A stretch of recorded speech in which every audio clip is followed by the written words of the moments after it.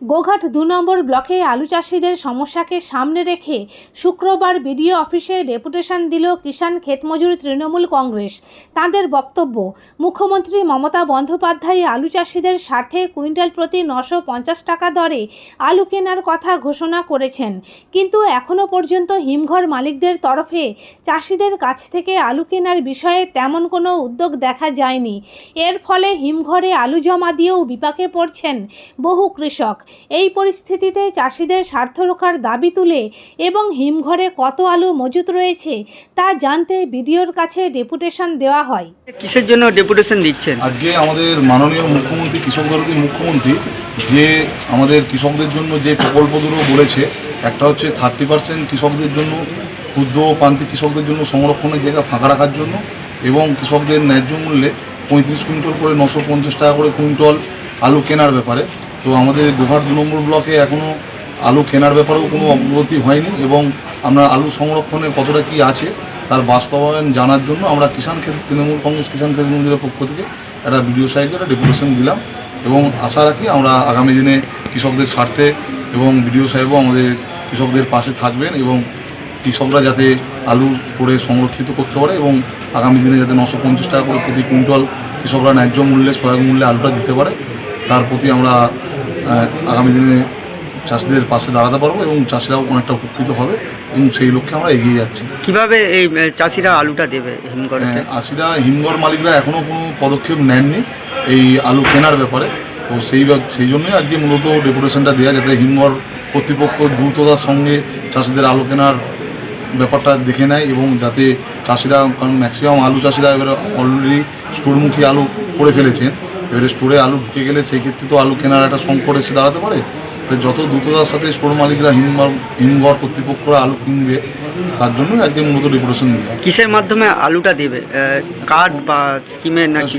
স্টোরের যেমন আমাদের যেমন ধরুন ধান কেনা হয় সহায়ক মূল্যে, হয়তো এপিসি সেখানে মাঝে থাকে বা কোনো সমবায় সমিতি থাকে, কিন্তু মূলত ধানটা মিল মালিকদের মাধ্যমেই কেনা হয়। তো সেরকম হচ্ছে আপনার আলুটাও স্টোর মালিকের মাধ্যমেই সরকার কিনবে। তো স্টোর কর্তৃপক্ষ এখনও সেই কাজে অতটা অগ্রগতি এগোচ্ছে না, তার জন্যই মূলত আজকে ডেপুটেশনটা দেওয়া। আপনার নাম, পরিচয়? আমার নাম শিবশঙ্কর পালুই, আমি গোঘাট ২ নম্বর ব্লক কিষাণ ক্ষেতমজুর সেলের ব্লক নেত্রী, কৃষক দরদি নেত্রী, শ্রমিক দরদি নেত্রী, যাহার ছত্রছায়ায় আমরা আজকে কিষাণ ক্ষেতমজুর তৃণমূল কংগ্রেস পতাকা ধরে আমরা কৃষকদের স্বার্থে, ক্ষেতমজুরদের স্বার্থে আমরা আজকে লড়াই আন্দোলন বা গ্রামে গঞ্জে কৃষকের পাশে থাকার যে আমরা অঙ্গীকারবদ্ধ হয়েছি, সেই সুবাদে এই কদিন আগে রাজ্য বাজেটে নেত্রী বা আমাদের মহিয়সী মুখ্যমন্ত্রী, মাননীয় মুখ্যমন্ত্রী মমতা বন্দ্যোপাধ্যায় ঘোষণা করেছেন যে এখন যে কৃষকদের অত্যধিক ফলনের ফলে কৃষকদের যে বেহাল দশা, একটা আর্থিক অনটন, যে আমাদের হুগলি জেলা আমরা প্রত্যেকেই জানি যে কৃষি হচ্ছে মূল ভিত্তি, আর বেশিরভাগ 80% কৃষকেরই মূল জীবিকা হচ্ছে কৃষি বা আলু, যেটা আমরা গোদামালায় বলি, আলু থেকেই অর্থনৈতিক পরিকাঠামোটা বা জীবনযাপন ঘটে। সেই জায়গায় আজকে এই যে আলুর অত্যধিক ফলনের জন্য কৃষকদের আলুর দাম নেই, কৃষকের, চাষির মাথায় হাত। বহু জায়গায় আমরা খবর পাচ্ছি কৃষকরা দেনার দায়েতে সুসাইড করছে। তো সরকার থেকে, রাজ্য সরকারের পক্ষ থেকে যে 950 টাকা মূল্য নির্ধারণ করে যে প্রত্যেকটা কৃষকের কাছ থেকে 70 বস্তা অর্থাৎ 35 কুইন্টাল আলু কেনা হবে, তার যে প্রসেসিং পিরিয়ড, প্রশাসনিকভাবে বিভিন্ন দিক দিয়ে আলোচনা সাপেক্ষে যখন কোনো দিকে কাজ হচ্ছে না, সেই সময় আমরা কিষাণ ক্ষেতমজুর তৃণমূল কংগ্রেসের পক্ষ থেকে আজকে বিডিও অফিসেতে আমাদের বিডিও সাহেবের কাছে আমরা একটা ডেপুটেশন দিলাম যে আগামী দিনেতে যাতে চাষিরা এই 950 টাকা কুইন্টাল প্রতি আলুর ন্যায্য মূল্যে বিক্রি করতে পারে, অনেকটা উপকৃত চাষিরা হবে। এবং যে সরকার নিয়ম বেঁধে দিয়েছেন যে হিমঘরেতে 30% চাষি আলুর সংরক্ষণের জন্য যেটা খালি রাখতে হবে, আমার মনে হয় চাষিরা এখনও ঠিকমতো সংরক্ষণ করতে পারছে না, অন্য সাইড থেকে সংরক্ষণ হয়ে যাচ্ছে।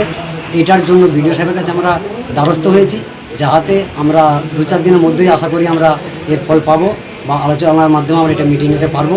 তো চাষিদের পাশে থেকে চাষিরা যাহাতে উপকৃত হয়, তার জন্য আজকে আমাদের এই কর্মসূচি। আপনার নাম? আমার নাম সুকুমার বাড়ি। কোন দায়িত্বে আছে? আমি আরামবাগ সাংগঠনিক জেলা কিষাণ ক্ষেতমজুর তৃণমূল কংগ্রেসের সাধারণ সম্পাদক। এবার হাতের কাছেই মিলবে অত্যাধুনিক ও নির্ভরযোগ্য স্বাস্থ্য পরিষেবা। আরামবাগ, খানাকুল ও পরশুরা থানা এলাকার মানুষদের জন্য এক বড় সুখবর। খানাকুলের সেকেন্দারপুরে গড়ে উঠেছে একটি আধুনিক ও সুসজ্জিত nursing home, lifeline health care.